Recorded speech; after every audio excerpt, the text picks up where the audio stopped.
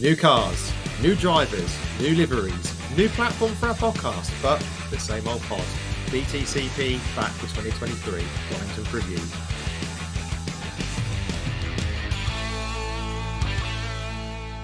Yes, hello and welcome back. We're here for the 2023 season, and we're on video, which is a bit weird for me. Yeah, seeing ourselves back it's in a like talking a mirror. mirror. It is. Yeah. It is. I know how Harry Potter must have felt in one of the books. Yes, but very much looking forward to it. As you may have heard in the intro there, we are on YouTube this year, and we're very much looking forward to it.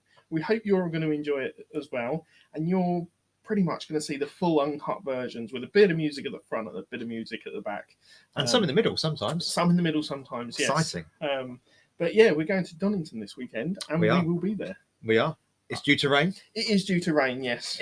Much like at Brands Media Day. It can't be as bad as Brands Media Day. I hope not. That was tsunami weather. Please tell me you're not going to wear two-tone jeans again. I didn't wear two-tone jeans to start off with. The rain just changed my fashion on the day. There's not a great deal that can be done. But as you say, the 2023 season kicks off this weekend at Donington Park. So what better place to start than who can we expect to see there this weekend? Let's go through the entry list. Yeah, so obviously title winner is back from last season, Tom Ingram, with the number 1 on his car this year. And watch out for the gold number plates because they signify that he is champion from last year. And wing mirrors. And wing mirrors, yes. He will be partnered with Tom Chilton and also Ronan Pearson, who will be the first rookie of the season, and Nick Halstead at Hyundai with Bristol Street Motors. Running again the i30 Fastback N Performance with the Hyundai Swindon engine. At BMW, we've got Colin Turkington looking for title number 5. We've got Stephen Jelly back for another campaign. Adam Morgan's moved across from Sicily to join the BMW outfit. And Jake Hill is back with Laser Tools, who weren't racing 2023 but are again now because things change very, very quickly. Yeah, there's a long story about that. If you go and listen to our other podcasts, you'll find out about it. And they are in the BMW 330e M Sport. We've then got Toyota Gazoo Racing. Yeah, so Rory Butcher stays with the team for this season, and also Ricky Collard, who also said that he wasn't going to be there for this season, is back. And then they've also signed up George Gamble into a third car for this season. Once again, running the Toyota Corolla GR Sport with the Toyota engine this year for the first time. Yeah, looking forward to that. Napa have gone for 4 cars. Yes, 4. They are in the Ford Focus ST. Lots of rumours that they were going to change their car in the off-season, but they haven't. And they've gone for a very strong 4-driver lineup. Yeah, we've got Dan Camish back for another season, along with Ashley Sutton. We knew they were going to be there. They were on 2-year deals from last season. But joining this season from Team Halfords with Cataclean is Dan Rowbottom. And also Sam Osborne will be there as the 4th driver. Then we move on to the independent entries. We've got PMR running 3 cars this year in the Astra from about 1902. They are not running their own engine. They're running the Toka M Sport engine. Yeah, one of only 2 teams to be running that this season. And they will be arrow-headed by Aaron Taylor-Smith, along with 2 rookies in Andrew Watson and Mikey Doble. Then we move on to One Motorsport, who have taken over the BTC team and have got the Hondas from Dynamics. They'll be running the Honda Neil Brown engines this year, which last year was sort of their Achilles heel at BTC, was the engine power. So it'll be interesting to see how they got on this year. Aidan Moffat, Josh Cook and Will Powell will be joining up as a threesome to try and score points for One Motorsport this season. And then finally, we've got the stable, the race ground. The merry-go-round that is Team Hard. The breeding ground, whatever you want to call it. Yeah, Team Hard have got 6 entries this year. We've got Brevages and Bartercard with Team Hard. That rhymes really quite nicely. It does. Bartercard with Team Hard. And they will be run by Dexter Patterson and Jade Edwards in an orange and black liveried Cupra. We've then got what you'd expect to be the main team, which is Autobright Direct of Miller's Oils, which will be run by Bobby Thompson and Dan Lloyd. That is a red and black livery for this season. And then there is Go Fix with Auto A Breakdown, who is a blue and black this season, with Nicholas Hamilton and Jack Boutell.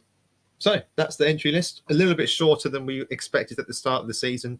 I don't know if you heard, but Dynamics are not here. Might have heard something on the grapevine. Great time to own a Dynamics coat.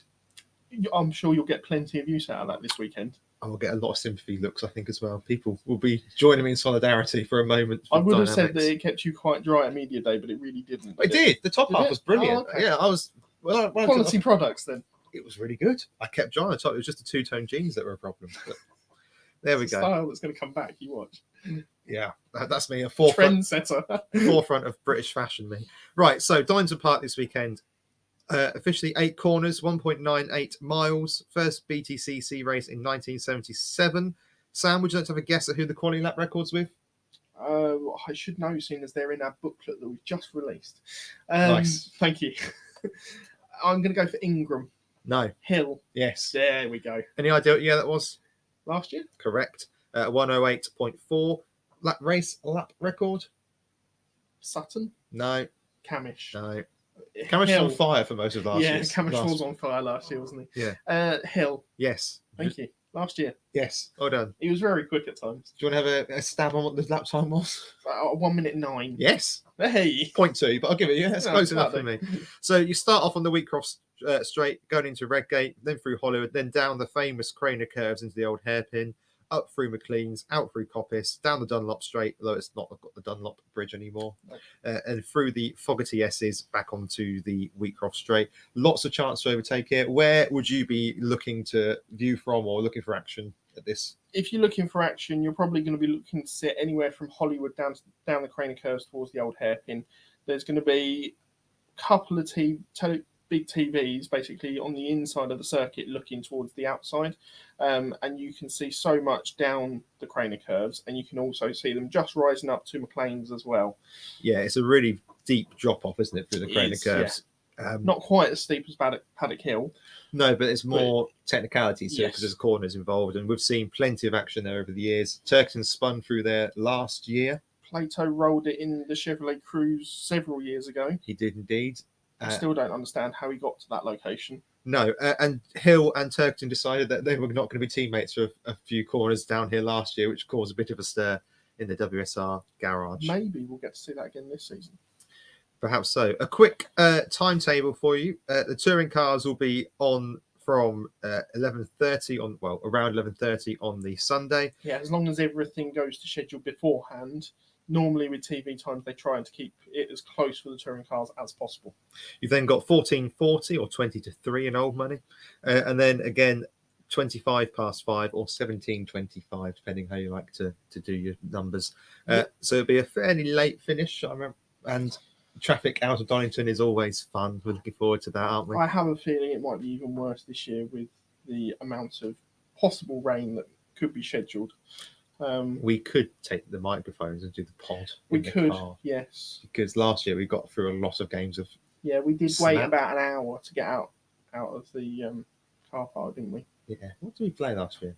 I think we played rummy at times. We did play rummy. Yeah, that was good. Anyway, all races are 18 laps for Donington this weekend. Obviously, if for the touring cars. For the touring cars, that is. Obviously, we have to be. We're on the touring car podcast. We're on the telly now. We have to be accurate. You never see Paul O'Neill get anything wrong. No, or Tim Harvey. Constant professionals, and that's what we've got to aspire to be. So yeah, 18 laps for the touring cars, unless we see a safety car, and then obviously up to 3 laps can be added on. Weather for this weekend, we already touched on it so far. It's going to be dry Saturday. Saturday's looking much better than Sunday.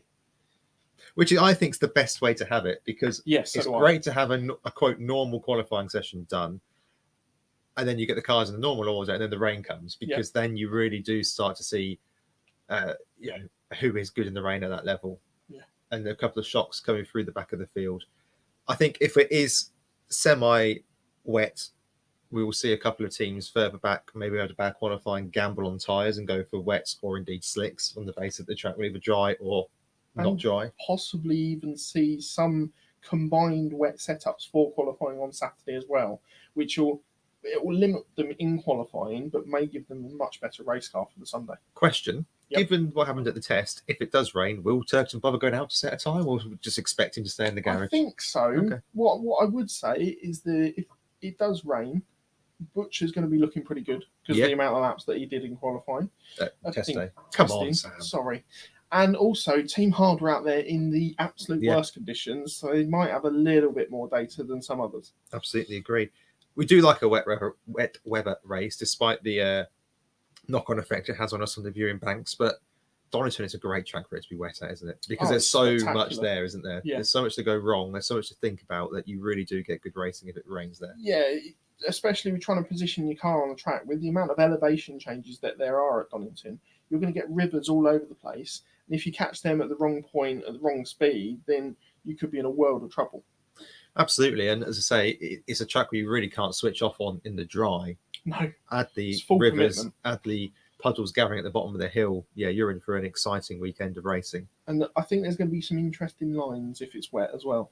Absolutely, yeah, and of course it'd be good to see maybe a rookie come through the field if things go right, or a surprise winner. It just adds that bit of a shake up, and so early into the season as well, when we're not got too much of an idea where the championship's going to go, it's good to get an early shake up straight off the bat. Yeah, I think we saw with Camish last season that you really don't want to have an ultra bad first weekend because it can really set you back for the start of the season and the season going forward. That fire that he had at the end or midway through qualifying really put him on the back foot for the rest of the season. And I think even we said after that first race weekend, we knew he was going to really be nowhere. Yeah. You've mentioned last year, so let's go back in our time machine to the results. Tom Ingram won, well, technically Jake Hill won race 1, but was excluded for ride height difficulties. And then Ingram inherited the win. Second, that race was Colin Turkington, and third, Gordon Shedden. So BMW and Honda go well here in the dry. Race 2 saw Gordon Shedden from Tom Ingram. Ingram did win that on the road, but as a push to pass, well, an alleged push to pass, wasn't there? Yes, coming through Coppice. Wasn't a push to pass. It wasn't. It no, wasn't a push to pass. It was nothing like we've seen in previous years. Some of the moves that Gordon Shedden and Matt Neal especially have done over the years have been far worse than that and gone unpunished. I think the problem was it's the start of the season. The race officials want to make it look like they're going to clamp down on this for the season. Then by round 4, everybody's forgotten, and suddenly it's back to touring cars and how you'd expect it to be. I must say, looking back at the results, what I remember significantly from last season was the way that Hill then charged through the field after being excluded from the race 1. So obviously once he was excluded, had to start at the back for race 2. He finished race 2 ninth. And then won the final race with fastest lap. I can't remember the exact number that came out, but it was a BMW, so it would have been 9 that came out because it's the way that the reverse grid works. But yeah, he proved straight away that he has got the ability to race, and that car was fast. That weekend. It doesn't matter now, but had he not been excluded, would he have won the championship? I know.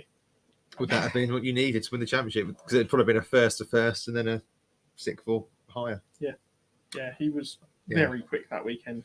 And then race number 3, we saw Jake Hill take the win, as you say, and we saw Ash Sutton finish second, followed by Josh Cook. Absolutely. It's going to be an interesting weekend, I feel.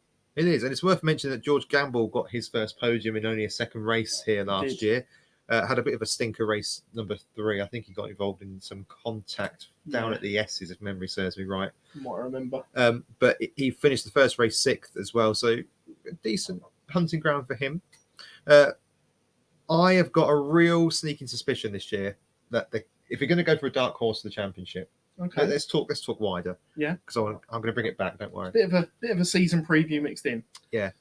Butcher's a dark horse for me. So I think you have to look at... Is that just because of the amount of running that he did on Media Day, or the amount of consistent running that he did on Media Day? It's that. It's linked. If you look at the results from the last few races from last season, we're talking... I'll just read them out to you. From Thruxton, actually, he'd finished in the points all year bar one race where he retired, which is the opening round. Pretty good record. He then fought back to 10th in race 2. Yep. And then came back to 3rd for race 3. 7th, sorry, for race 3. Yeah, you're absolutely right. Several podiums along the way, only one win. But look at that run from Silverstone onwards. Right, actually, go to Thruxton. 6, 5, 4, 1, 2, 3, 2, 4, 3. That's an incredible run. He was driving a bit like a man possessed towards the end of last season. I think he just clicked. I think they got the car they wanted it to be. He clicked with the car again, and now they've got their own engine in it. Yeah. Let's be honest. The stock engine was a bit rubbish. It was a bit rubbish. Yes. It was a bit rubbish. Yes. It was the first year in full racing terms for the new Toker engine, which is done by M Sport and Cosworth. Cosworth doing the hybrid side of it. And they've had a year now to look at how it's developed, how they've been able to make minor changes and then try and boost it or have it on a more level playing field this year compared to some of the built engines, if that be by Neil Brown or the Swindon engine, the absolute rocket ship that's in that Hyundai. Yeah, they've gone for a Toyota Neil Brown mix. It's interesting because you say BMW done the same. Hyundai have stuck with Swindon, and Ford have gone with Mountune. Yeah. I think Mountune engine, they had one of those last year. Yep. They have a fairly good relationship with Mountune. But going back to Butcher, yes. So I think that with that engine, I think that is probably, well, from the naked eye, the best chassis on the grid. Okay. I really think so. It just sticks. Better than the Honda? I think so. Okay. We saw Ingram nearly take it to a championship. I think what is fairly crucial this season is the fact that they've now got 3 cars. Yeah.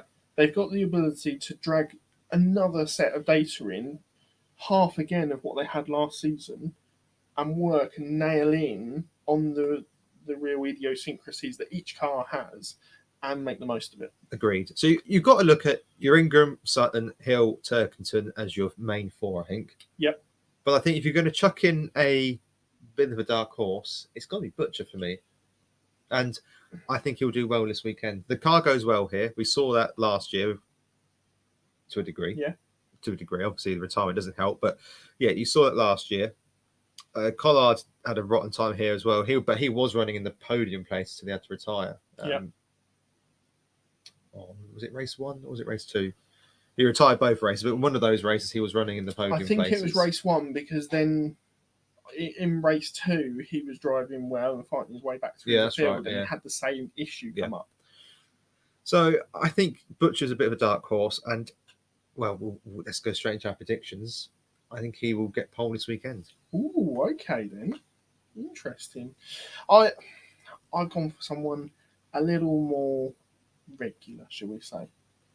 I think Hill, with the amount of testing he did on media day, and the pace that he showed here last season, especially if it's going to be dry on the Saturday, I think he takes pole, and probably by a decent margin. In touring car terms, I was saying like up to a 10th.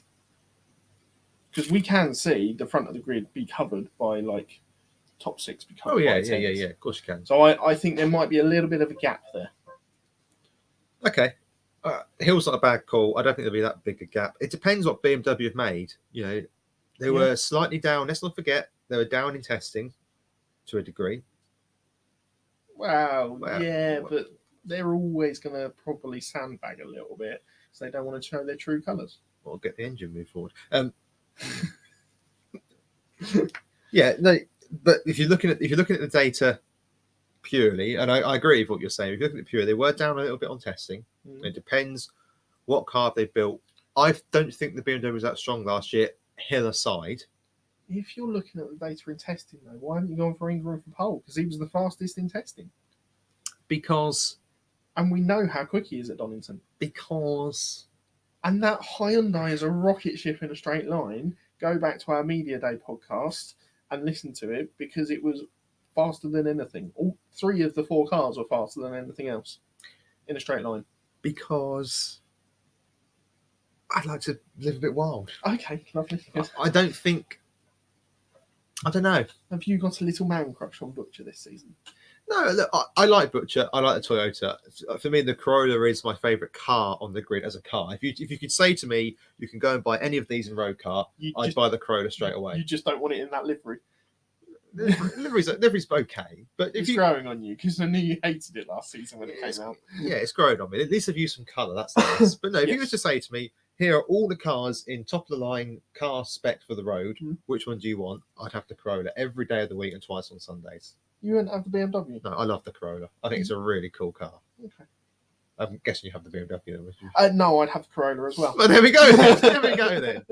Yeah. I was actually looking at my next car to possibly be that new shape Corolla because I think it looks really good in its sporty layout, in the GR layout.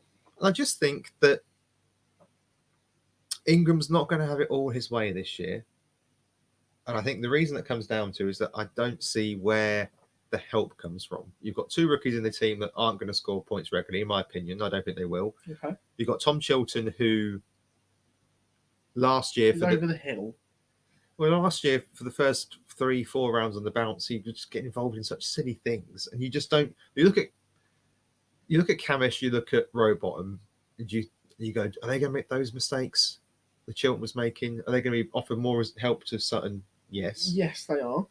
Is Jelly? Well, it depends what season it is. Morgan and Hill. It depends how much they're going to race each other at BMW. Don't get me wrong. How much are they going to be allowed to race? And we discussed in a previous podcast about perhaps Morgan and Hill being the future of WSR moving forward. And then you look at Corolla or Toyota. Butcher is the clear leader in that team for me. Oh yeah, definitely. So I think you have to look at that, and who's best set up in the championship. It's often the car that's got a clear leader. I don't think Butcher's going to win the championship. I want to put out there now. Okay. That we'll be sealing our predictions ready to open at the end of the year. But I can tell you, I don't think Butcher will be champion, but I think he's going to be in that mix this year. Okay. And hence why I've gone for pole. And also while we're here to win a race this weekend. Well, yeah, that's why I've gone for Hill as well. I think. Are you going down the lines of the pole sitter will probably go on and win race one? Yeah, I think so. Yeah, I think so. I've also gone for Ingram to win a race this weekend as well. I think he will still do very well. Yeah. Take what I've just said. I'm not chucking it away, but he will. You're covering all bases here. Spread yourself. Yeah. It's exactly what I've done as well, because I've gone for Ingram. So yeah, I think that the Hyundai is a fantastic car. It goes well here. Ingram is a fantastic driver. You run out of superlatives for both him and the car. But look, the thing is, you see it in all forms of motorsport and all forms of sport. The winner always has a target on their back. They set the standard and people want to beat them. Yeah. And Ingram's always have been quite well liked on the grid. And I'm not going to say people get out of his way at all. So they don't. But I would say that they're probably less likely to defend him as hard as they would other drivers who perhaps they don't, who's perhaps as well liked across the grid. And I just think this season it's going to be a bit tougher for him. It could certainly be this year where we see what he's made of and what his metal is. And to see how good he can deal with the pressure of carrying the number one in his car. Yeah. Everyone. Well, I'm not making sweeping statements as usual, but I get the impression he's pretty well liked on the grid. Very popular, yeah. But our driver's now going to go, well, he's won his title. I can race a bit harder now. Well, I don't know. Then race 3, I'm going to go Moffat will win on reverse grid.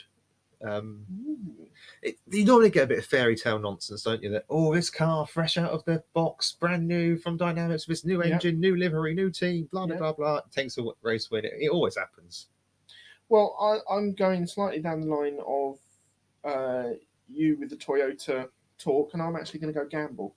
I think he's going to be sitting there or thereabouts, maybe just inside the top 10 for the first couple of races, get a nice reverse grid, and once he's out there at the front, I think he's got the wherewithal to then take home a race victory, not with ease, but competently.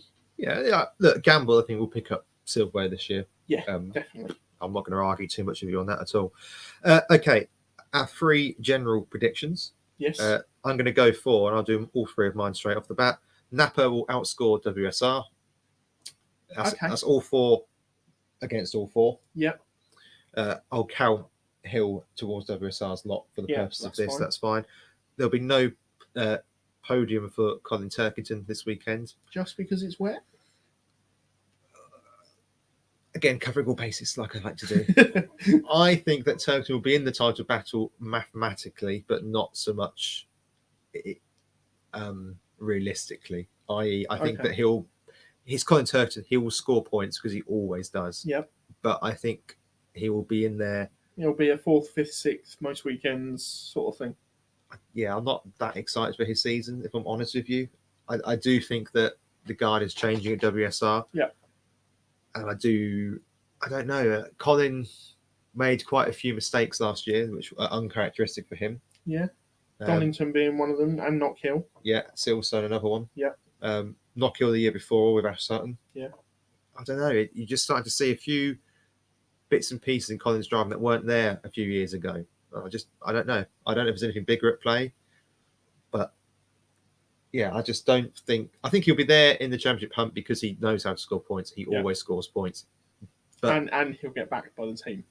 But I do also He'll think, get pushed forward by Morgan and Jelly when he needs to, as long as he's still in that championship battle. but I also think that you're looking at a slightly new generation here with Hill, Sutton, and Ingram, who can all race very hard, and that's not necessarily been Collins' strong point. And I think that there's a risk that if he can't adapt the driving style to be that bit more aggressive, to take a few more risks, because all three of those drivers, perhaps slightly less Ingram, but know when to get their elbows out. actually, I will count Ingram there. Ingram's lap at Brands Hatch was brilliant, but it could have so easily been Max Verstappen's lap at Jeddah. Yeah, good. Yeah, it worked, so it's fantastic, and it'll go down in folklore as one of the greatest laps we've ever seen. In the same way Verstappen's would have done if he not binned it in the wall in the last corner. In the last corner. Had he made that stick, we'd be talking about that for years to come, how good a lap it was. But that's a risk Ingram took. He could have easily, there's points where he was sliding, thinking, oh my God, he's in the gravel here. And he was literally on the, don't get me wrong, it's brilliant. And I still watch it back at least once a month because it is just a stunning lap. But it was a calculated risk. And I just don't know whether Colin has that in him. And if he can't find a way to have that, is he going to get left behind by these other three? And I think there's a chance he does. So that's why I'm going no. It's a very long way of saying that no podium for Turkington. And I think that Cook's going to have a bit of a bad weekend. Oh, really? Yeah, I think there's a lot of high hopes that Cook could be in the championship hunt this weekend. He did pretty well at the historic racing last weekend. Took a podium here last season in race 3. Yeah. I think he scores less than 15 points. I think there will be teething problems with one of the cars, and the way it goes, it will be the championship. It'll be the one they have the championship hopes on, because that's always the way it goes. Okay. I think that it's interesting that we believe Moffat has got the Shedden chassis and Cook has got the robot on one, we believe. Not that it makes any particular difference, but I don't know. It's a brand new car to a degree. It's a brand new engine. It's a brand new team. Will there be teething problems? Yes, I think there probably will be. I think he looked quite happy and relaxed at media day. Well, he did, but he always looks quite happy and relaxed. He certainly looked a lot happier then at the end than at the end of last season at Brands Hatch, when he just picked up the Independence title. Yeah, that was a very weird interview. If you get the chance to go and view it, because it's very strange and almost quite off-putting. Yeah. But yeah, I think we're going to see a different Cook this season. I think that. How deep do you want to go so early in the season? Let's go for a bold statement here. There's nowhere to hide. Okay. In the sense that we know Cook's a really good driver. We know he's fast. That's right. He's a good driver all round, but he's the king of Thrax. He's a good driver. He's a great driver. However, he's been able to put it bluntly, use the excuse that the engine's not been there to compete the last season or two. Okay. This year, there's no reason the engine shouldn't be there to compete. No. So if he's not there competing, what's the reason this time round? And that's my question. Is it going to need him to take a weekend or two to work into how that engine reacts with the chassis and stuff like that? Or if he's going to be in a title battle, has he got to be on it from day zero? I think he'll be on day zero. You're up against Tom Ingram, Ash Sutton, Jake Hill, who are going to be on it from day zero. Yeah, Ingram went in and learnt the Hyundai within a season and won it in the second season. Yeah. I'm willing to accept they might take a year to fully come to terms. But then part of me also thinks that will we see this Civic next year? Surely they'll move to the new shape next year, because the new shape is being used in a couple of other TCR series I've seen announced. Yep. So it seems only a matter of time before it comes to touring cars. I don't know. I just think that, last season Cook got a lot of free passes from most people on the fact that it was a tractor engine in the car. There was no power in it. You could see that there was just no speed on the straights whatsoever. And everyone was like, oh, God, imagine what Cook could do with an engine that was actually any good. It's got that engine that's quite good. Yeah. This is the season where he's really got to make his mark for me. Well, my 3 predictions for this weekend. Indeed. All 3 Toyotas are going to score points this weekend. Across the weekend, not in every single race necessarily. There are rumours circulating that Team Hard may struggle to get Jade's car together and ready for the start of the season, and I don't think it's going to necessarily be fully ready. Ooh, okay. I don't know. As we said in the Media Day podcast, it's a big jump to go from 4 to 6 cars, and for a team like Hard, who can offer these very small budgets, to then bring on 2 more cars, I think it might be a bit of a stretch. I think we will see Jade there, but I don't think the car's going to be competitive at all. It might not even get out for a race. Hang on, I thought you meant they weren't going to have the car ready in time. Oh no, almost like Parfit's was last year. Oh, okay, right, okay. So Parfit's Infinity was there, right, I need to as change what I've such, done here then. but really wasn't ready as such. Right, okay. Physically there, but not actually. How are we going to? How am I going to judge that to give you a point or not? We can judge that together. We'll be fair on that. Okay, but she could be at the back of the grid most weekends. She could, but I think that we may have technical issues through the races for her. Okay, that could happen every weekend. Okay, we'll make a judgment call on that then. Yeah.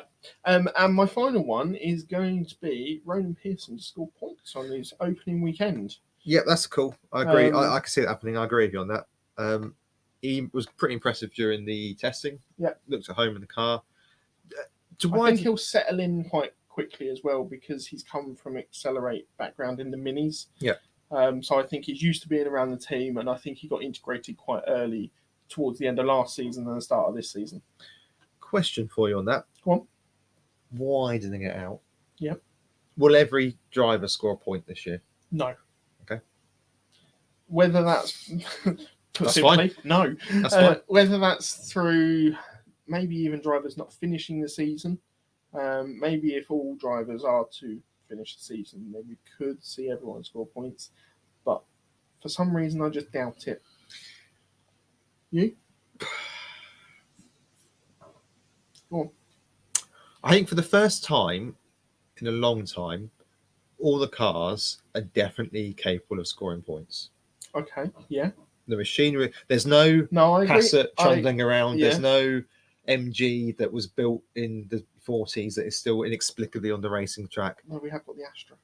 Yeah, but Lloyd did well in that Astra. I know. I think the Astra is still capable of scoring points. It scored points last year. Hand got some really good results in that last year. I think that car is still capable of scoring points. The cars are all capable of scoring points. It's just are the drivers. Yeah, that's the question. Which is why I'm going to say no. I think I agree with you. Although I think it will only be one or two that don't. Yeah, same. I'm not going to say which ones because that's disrespectful. But yeah, I think that certainly this is the best opportunity for all to score points. Yeah. We've had for a while. I mean, no one's stuck in the tractors of the BTC cars of last year. No one's in a Passat. No one's in a MG. There's no obvious weak car on the grid apart from, yes, you make the point PMR, but the testing results are pretty promising. Yeah. And actually PMR have slightly made me give them a bit of a delayed judgment in the fact that they've gone to a 3-car team. They've seen they made it work. They've brought in drivers that actually make sense. All 3 drivers were running at testing and running plenty of laps. It wasn't like there was one really struggling. They were all out there circulating. So, yeah, I'm willing to give them a little bit more before completely crucifying them for not getting rid of the Astra. But absolutely right. And our last prediction then: loser buys. The most important prediction. Absolutely, of course. The loser buys. Price of a pint of beer. Pint of beer. Now, are we going for the cheapest pint of beer? Yes. Cheapest pint. Lovely. I am going to go, because cost of living crisis and all this, £5.20. I think last season they were about £5, weren't they? Yeah, around about that. So I think there's going to be a little bit of an increase. I'm going for £5.50. Ooh. On the basis that, it's an event price. It's not quite north enough that they won't pay it. Alton Park and Croft absolutely floored about how cheap things were. 10% increase. Yeah, well, up there with inflation. Bank of England, mate. You know me. My food bill's gone up more on that. So I reckon in £5.50, and we're talking, as you say, that's the cheapest pint. I imagine Heineken, if it's there, will be slightly more expensive. But the cheapest pint of beer, not cider. Not cider. Not cider, of beer. No, that's fair. And the loser buys. Yes. Look forward to a nice, refreshing pint on Sunday. As we said, we are going to be there on Sunday. We'll be there for the whole day. If you do see us, we're more than happy for you to come up and have a word with us. You can identify us now as well. Yeah, you can. Nice. We're loving the interactions that we're getting on social media and now on YouTube as well. And we'd love it if you could keep subscribing, commenting, and don't forget on YouTube, get that bell on. Yeah, we've been absolutely humbled, to be honest, with the Yeah. response to the opening 24 hours, if you like, from the announcement. Plenty of you have already downloaded your free guide to the year. To already have people subscribing to the channel and liking the video and watching the video is amazing. Kevin, a listener this morning, get in touch, so they're fairly new to the pod. It honestly astonishes us that anybody listens to us. So, Yeah. Thank you very much indeed. Yeah, thank you very much. We love your feedback. And we will be back on Monday, hopefully. Might be released on Tuesday, actually, with a review from the weekend. Yep. Hopefully, we'll have dried out by then, and we'll bring you up to date with all the news. There'll also be a YouTube short coming your way very shortly. See what I did there? I've got that. Where we are sealing our predictions and a full league table. We're going to have ranked all of the drivers. 27-1. Yep. Ready to be opened at the end of the season to see who was closest. And there is, of course, points on offer, and there is points do mean prizes. Yeah, it's going to be an interesting one. Watch out for that, because there'll be a video at the end of the season when we reveal all and see actually how close we are. I'll probably get you to open mine and vice versa, just to really high up the tension. Definitely. But we like the tension. Absolutely. Well, thanks again, and we'll speak to you soon. Have a good weekend.